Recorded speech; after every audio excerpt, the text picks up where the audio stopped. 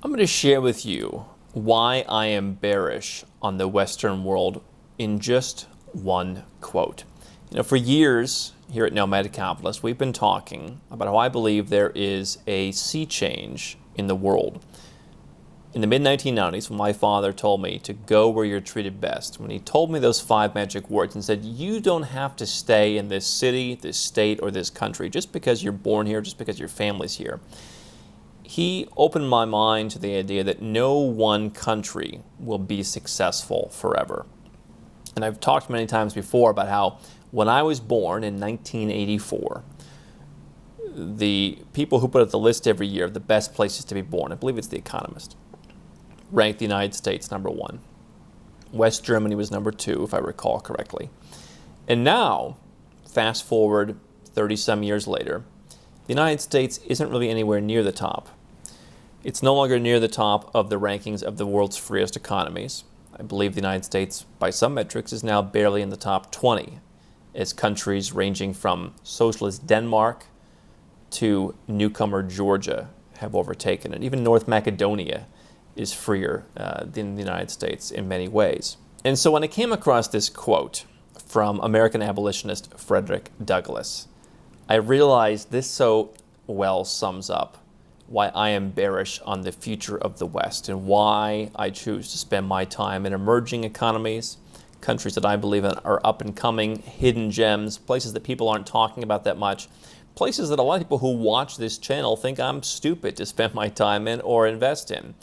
But here's the quote: "A people to whom liberty is given will never prize it as highly, defend it as bravely, or wear it as proudly as a nation that wrenched it from the hand of tyranny." Over the last dozen or so years, I've traveled to over 100 countries and I've talked to a lot of people. Built a network that we still use to run our business to this day, but I've also just had non-business, casual conversations with people both young and old who have shared with me the history of their country. I remember sitting in Trakai in Lithuania and talking to an old gentleman who ran a cafe, as he told me about how Lithuania was in the 70s and in the 80s and how much freer it has become. I've talked to young people in the Balkans, from Serbia to Montenegro to Bosnia, talked to people from Colombia, talked to people in countries like Malaysia, which perhaps weren't unfree, but have come a long way in terms of developing their economy, and many other countries. You know what I've learned? I've learned that I have a lot of respect for people, and I like to associate with people who have been through some kind of adversity, who've had to scrap, who've had to fight. I think as a lifelong entrepreneur who dropped out of college and has owned numerous businesses, that appeals to me, because nobody ever gave me anything. I never got any startup funding from my family.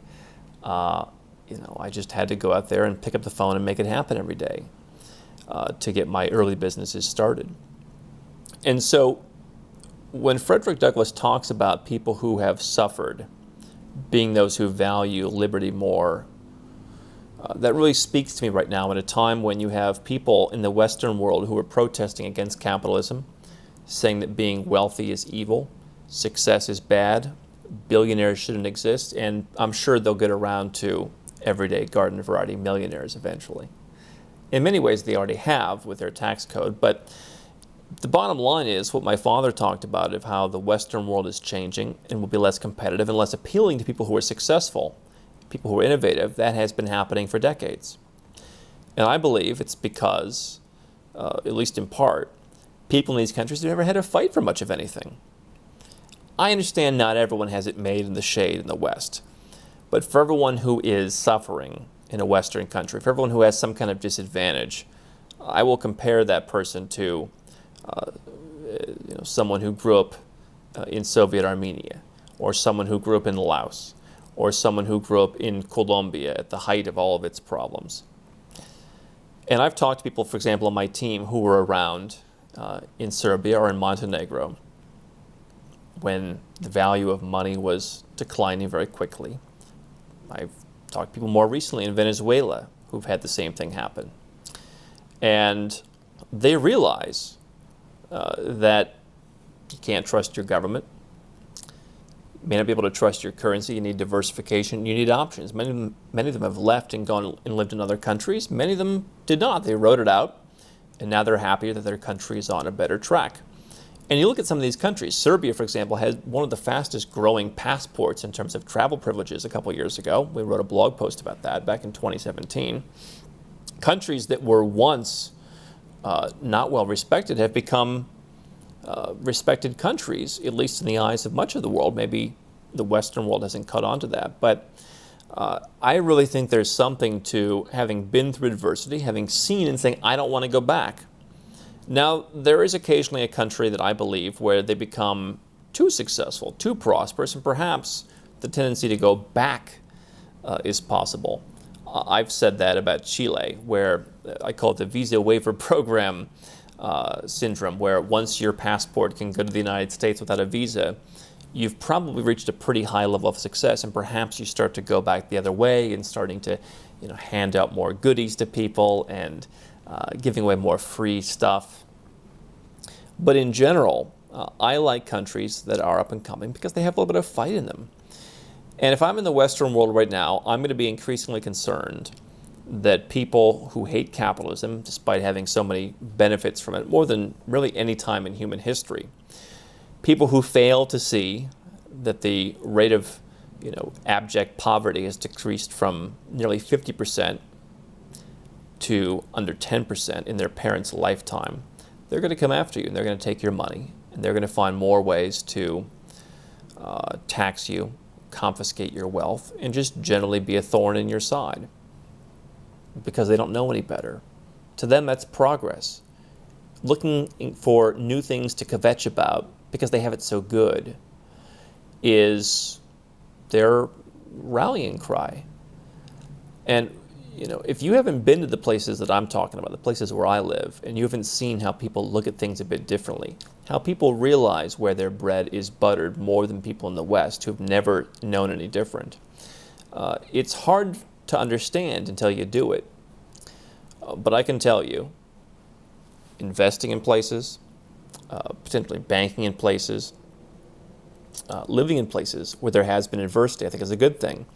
People forget, by the way, South Korea, Singapore. These are countries that not that long ago were not what they were today. They had some adversity.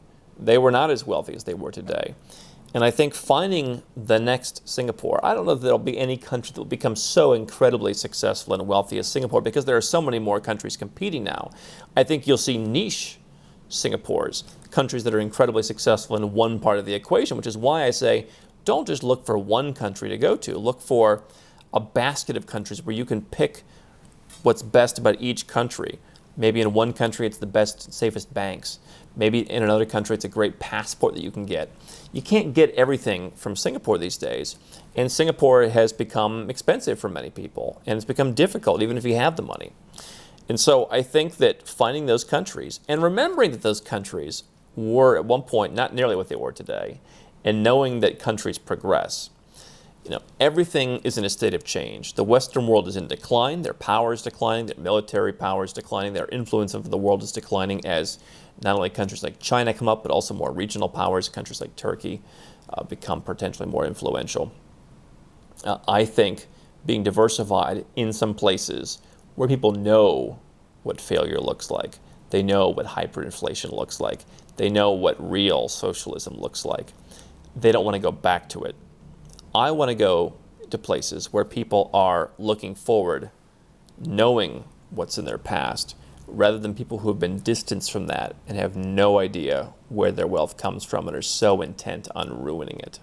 How can Nomad Capitalist help you? 4 ways. Number 1, subscribe to our channel and click the notification bell to make sure you get our new video every day. Number 2, get a copy of Nomad Capitalist, the book. You'll learn a lot of my personal experiences over a dozen years of studying this stuff, as well as exactly some of the strategies that you can use to build your Nomad Capitalist plan.